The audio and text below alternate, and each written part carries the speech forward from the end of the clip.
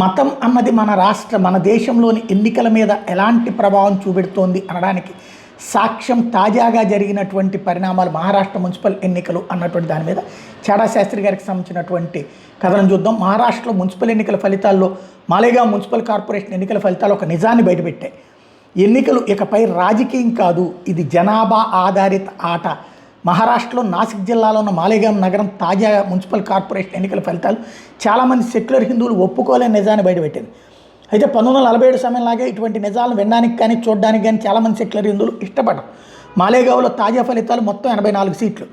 Islam party Indian secular largest assembly of Maharashtra, దాని అసలు పేరు, 35 సీట్లు. ఈ మధ్య అక్టోబర్లో స్థాపించబడిన ఈ పార్టీకి ఇవే మొదటి ఎన్నికలు. మొట్టమొదటి ఎన్నికల్లోనే ఆ పార్టీ ఎక్కువ సీట్లు అంటే 84లో 35 గెలుచుకుని ఏకైక పెద్ద పార్టీగా అవతరించింది. లేకపోతే ఏఐఎంఐఎం అసదుద్దీన్ ఓవైసీ నేతృత్వంలోని ఆల్ ఇండియా మజ్లిస్ ఇత్తెహాదుల్ ముస్లిమీన్ 20 సీట్లు.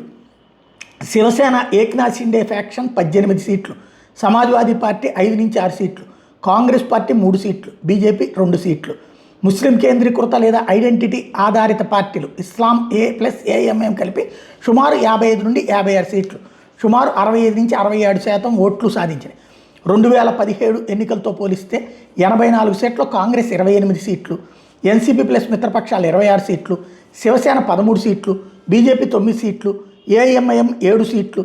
కేవలం కొన్నేళ్లలోనే మెయిన్ స్ట్రీమ్ పార్టీలు దాదాపు నాశనం అయ్యాయి. ఎందుకంటే ఈ సెక్యులర్ పార్టీలు ఇప్పుడు యూజ్ఫుల్ ఇడియట్స్, వీటి అవసరం ఇప్పుడు వాళ్ళకి పెద్దగా లేదు. స్వయంగా అధికారం సంపాదించే పరిస్థితులు ఉన్నప్పుడు సెక్యులర్ పార్టీల పల్లకి మోసే అవసరమే ఉందని ఆ పార్టీలను పక్కన పడేసి అభివృద్ధి కానీ మిగతా సంక్షేమ కార్యక్రమాల గురించి ఏమీ ఆలోచించకుండా తమ మత పార్టీకి భారీ ఎత్తున ఓట్లేసి మాలేగావ్కి చెందిన ముస్లిం చైర్మన్ని సంపాదించారు. 1947 స్వతంత్ర పోరాట సమయంలో కూడా ఇదే జరిగింది. 1946లో మత ఆధారిత ఓటు వేసే అవకాశం రాగానే దాని ప్రకారం ముస్లిం లీగ్కి మొత్తం సీట్లు కట్టబెట్టారు. అంటే మతం ఆధారిత రాజకీయ ఏకీకరణ ఇప్పుడు మొదలవలేదు, 1947 ముందే మొదలైంది. దేశ విభజనకు దారితీసింది. మిగిలిన భారతదేశంలో కూడా కాంగ్రెస్ని సెక్యులర్ పార్టీలను అడ్డుపెట్టుకుని అదే తరహాలో మత ఆధారిత రాజకీయాలు చేస్తూ 2014 వరకు రాజకీయంగా తమ బలం పెంచుకుంటూ వస్తున్నారు. ఇది యాదృచ్ఛికంగా జరగలేదు, ఇది దశాబ్దాలుగా కొనసాగుతున్న బుజ్జిగింపు రాజకీయాల ఫలితం. ఎప్పుడైతే 2014 నుండి బీజేపీ బలపడ్డం మొదలైందో అక్కడ నుండి వాళ్ళ ఓటింగ్ సార్లు మారిపోయింది. ఒక నియోజకవర్గంలో సాక్షాత్తు ముస్లిం అభ్యర్థి పోటీలో ఉన్న బీజేపీని ఓడించే కాంగ్రెస్ లేదా ఇతర సెక్యులర్ పార్టీల అభ్యర్థి లేదా ఒక ఇండిపెండెంట్ అభ్యర్థికైనా ఓటేస్తూ వస్తున్నారు. బీజేపీకి యుద్ధం శివసేనకి పట్టం లేదు. కాబట్టి దశాబ్దాలుగా శివసేనపై ఉన్న ద్వేషం పక్కన పెట్టి ముంబై ఎన్నికల్లో బీజేపీ ఓడిస్తుంది అనే నమ్మకం ఉన్న నియోజకవర్గాల్లో వీళ్ళు శివసేన అభ్యర్థులకు ఓటు వేశారు.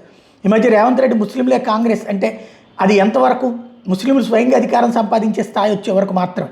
ఆ తర్వాత కాంగ్రెస్ని పక్కన పెట్టేస్తారు. బెంగాల్లో సిపిఎం పార్టీ పరిస్థితి ఇప్పుడు ఏంటి? రాబోయే కేరళ అసెంబ్లీ ఎన్నికల్లో సిపిఎం పరిస్థితి ఎలా ఉంటుంది? సెక్యులరిజం పేరుతో దేశంలో జరుగుతున్న మత ఆధారిత ఓటింగ్ సార్లు పట్టించుకోకపోవడం వల్ల ఎన్నికల ఫలితాలపై దాని ప్రభావం వంటి వాస్తవాలు చర్చించకుండా తప్పించుకోకుండా ఉండటం వల్ల వచ్చిన ఫలితమే. మాలేగావ్ 2011 సెన్సస్ ప్రకారం సుమారు 79% ముస్లిం జనాభా ఉన్న పట్టణం. ఎన్నాళ్ళు సెక్యులర్ పార్టీలకు ఓటు వేసినా ఇప్పుడు ఎందుకు ఇలా ఓటు వేశారు అని విశ్లేషించాలి.